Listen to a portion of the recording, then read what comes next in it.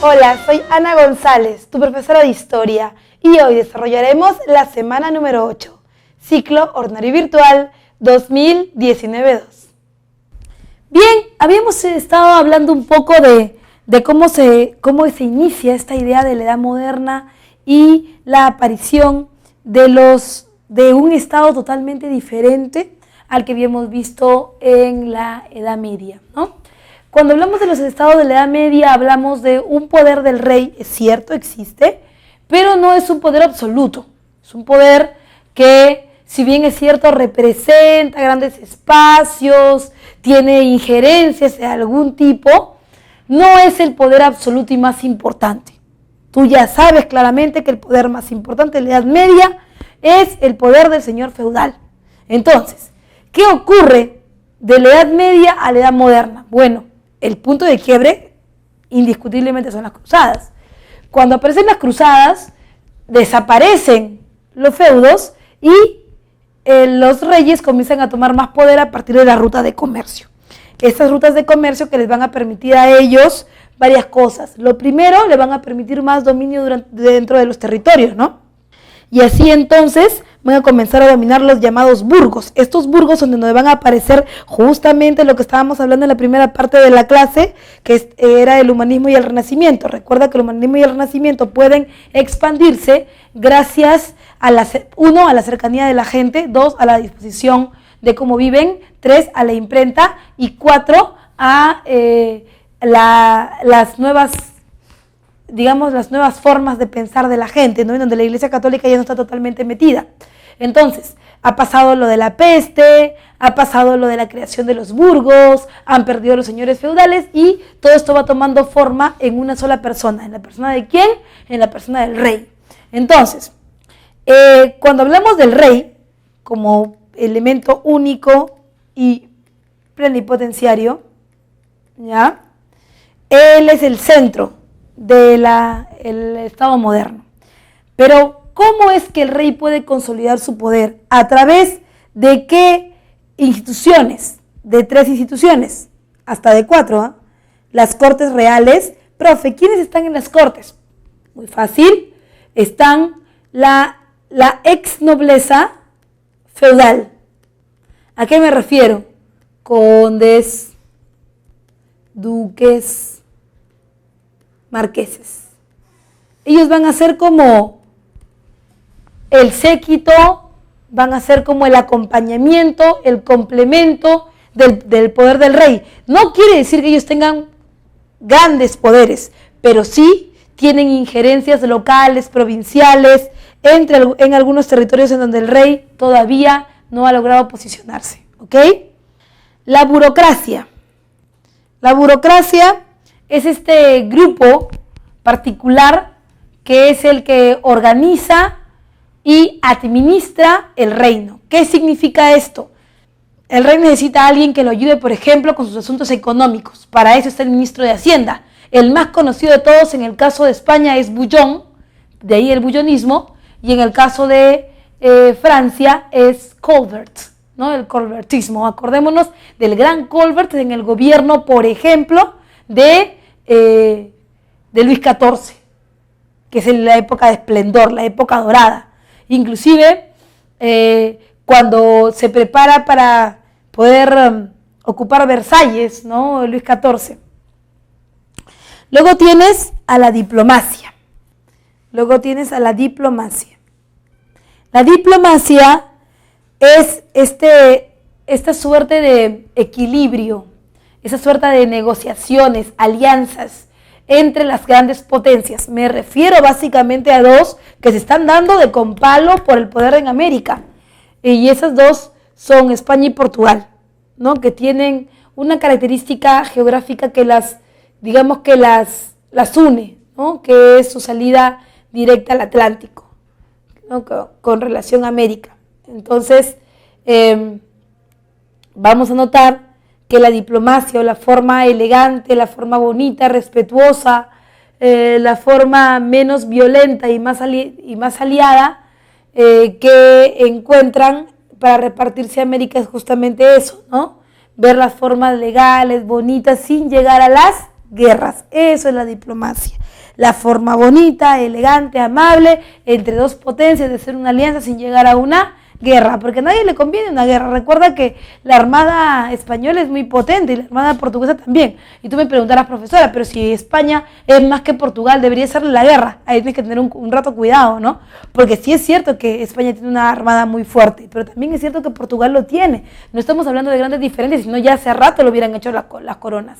Entonces se hace uso de la diplomacia por eso.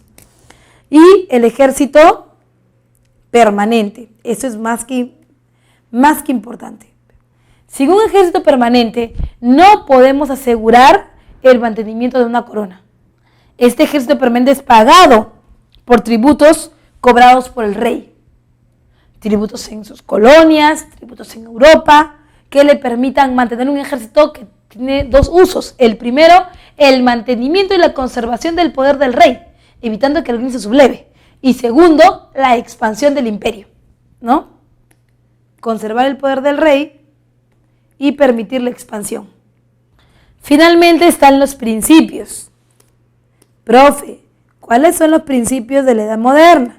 Son 3. Nunca te olvides porque siempre lo preguntan en examen. 1 es el regalismo, lo hemos visto seguramente en anteriores oportunidades. Centralismo y providencialismo. Cuando digo regalismo, ¿a qué me refiero? A que debe quedar totalmente claro que el poder del rey está sobre el poder de cualquiera, e inclusive del poder de la Iglesia Católica. Porque recuerda que para este momento ya se han secularizado los poderes del rey y de la Iglesia. Antes eran un solo poder, ahora se han dividido. Esa división de los poderes, entre el poder de la Iglesia Católica y el poder del político del rey, ahora tienen una jerarquía, y su jerarquía es primero el rey, luego la Iglesia. A eso le llamamos regalismo. Es más, un caso muy interesante de regalismo o de la defensa del regalismo aquí en América es la expulsión de los jesuitas en las reformas borbónicas. Porque si tú te das cuenta, cuando los jesuitas llegan a América, se creían lo máximo, porque ellos habían sido creados en Europa con la idea de que el rey no pierda su poder, y lo habían logrado, y cuando llegaron a América comenzaron a creérsela y comenzaron a justificar su permanencia en este lugar a partir del mantenimiento de la corona española. Entonces, cuando la corona española decidió ejercer su poder de regalismo, le dijo: si tú quieres estar aquí, solo es bajo el poder del rey, pero si te quieres poner sobre el poder de él, entonces te vas. Y es por eso que la Iglesia Católica va a ser fragmentada, porque los jesuitas van a ser expulsados en el gobierno de los Borbones durante el virreinato del Perú. Pero eso me estoy adelantando un poquito, eso para la próxima clase, pero más o menos para que te vayas dando cuenta cuál es la relación entonces entre el rey y la corona, el rey de la corona española y la Iglesia Católica, ¿no? Por otro lado, el centralismo quiere decir que todos los poderes estén en una sola persona. Todos los poderes en una persona. ¿En cuál? En la persona del rey, ¿no es cierto? El rey es el que juzga, el rey es el que acusa, el rey es el dueño de todo, de tu vida, de tu integridad, de tu virginidad, de tu culpabilidad, de todo es el rey, ¿no? El dueño. Y el providencialismo, en donde Dios ha elegido al rey para gobernar. Eso quiere decir que por más que tú odies al rey, por más que tú detestes el sistema, por más que a ti te reviente el sistema, no puedes hacer nada en contra de eso. ¿Por qué no puedes? Porque es Dios el que ha decidido, y su poder hasta ese momento queda siendo claramente todavía más fuerte que el tuyo. Tu poder como ciudadano recién comienza con la Revolución Francesa. Para este momento, Dios es el que dispone todo y ha dispuesto que tal persona sea el rey, así que tú tienes que acatar simplemente esta orden, la idea del providencialismo, donde el poder viene de Dios. El poder del rey, por supuesto, ¿no? Entre las principales monarquías tenemos las monarquías absolutas de Europa, tanto la francesa como la española. Vamos a ver un poco de las principales monarquías. Por ejemplo, en España. En España, si nosotros vemos el mapa, nos vamos a dar cuenta que la máxima expansión, el máximo poder español es justo antes del estallido de las reformas borbónicas, que es el gobierno de Felipe II, ¿no? o Felipe V. En el caso de Felipe, hay que recordar que él consolida el dominio en Hispanoamérica a través del manejo de las influencias políticas, religiosas, económicas, que le va a quitar a los demás sectores y va a tener él mismo, ¿no? para su gobierno. Y en el caso de Francia, está el poder indiscutible del Rey Sol.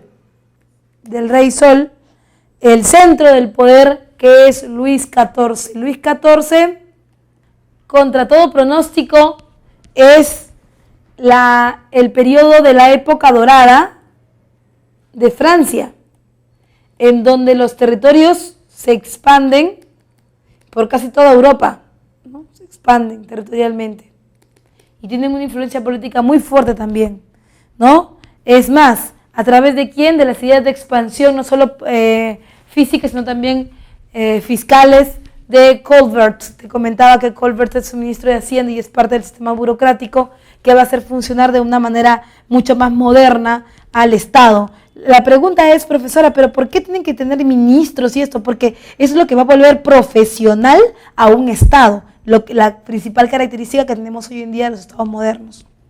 El Rey Sol es autoridad ante todo, reside en todos los poderes residen en la mano del rey, y no puede haber reino, en el reino otros poderes que sean superiores a él, ¿no? Es preciso también ponerse de acuerdo en que por muy nefasto que pueda ser el rey, el príncipe, la rebelión de los súbditos es casi siempre criminal. ¿Por qué? Porque si Dios me ha dispuesto como príncipe, como rey, ¿no? Príncipe es una alegoría, ¿ya? Si Dios te ha puesto como rey, entonces tú no puedes ir en contra de eso porque es una cuestión divina prácticamente, ¿no?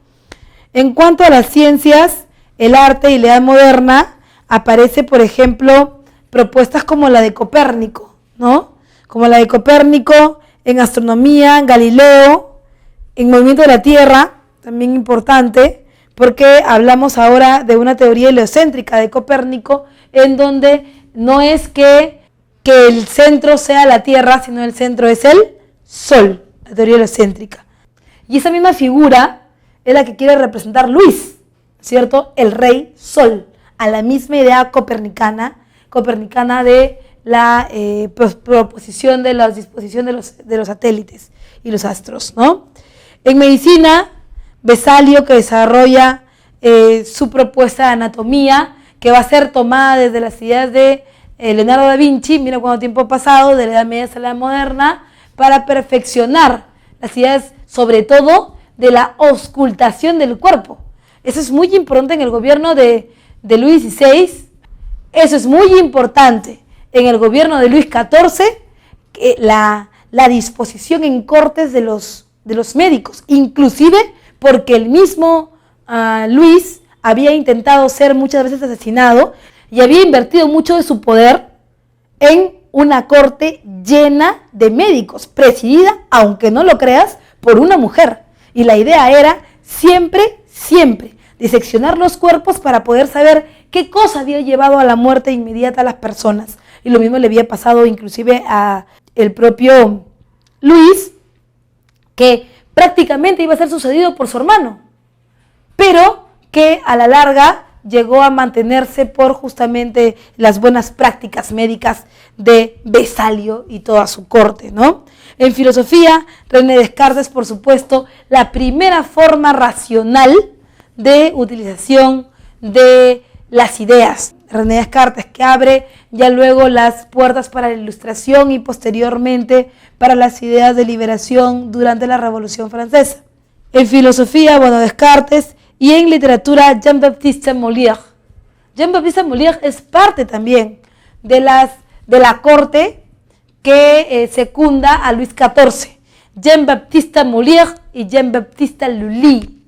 Lully es parte, digamos, de esta corte mucho más afrancesada, en donde no solo por invertir en medicina o en ciencia o en política se deja de lado el arte. Esa es otra característica también que tiene mucho la edad moderna, ¿no? Que en la edad moderna el arte es el centro también de la apreciación, porque tú recuerda que cuanto más espectacular sea un espacio o el lugar donde esté el rey, más poder tiene sobre los súbditos. El ejemplo principal es Versalles. Entonces, en el caso de Lully, por ejemplo, él va a ser el asesor de baile de Luis, ¿no? Luis se va a ver como todo un gran príncipe alrededor, y como si todo fuera un gran teatro, ¿no? Toda la gente alrededor de él, su corte, recordarás que vive dentro de Versalles. Y por otro lado está Molière, que va a llevar toda esta concepción del poder del rey inquebrantable, lo va a llevar hacia las obras de teatro que también van a ser el lugar de concentración de la nobleza cortesana, ¿no? Que vive cerca a Luis XIV. Bien, entonces tenemos como fondo la idea de una edad moderna en donde todo gira alrededor de este sol llamado rey. En el caso de Francia, por supuesto, Luis XIV.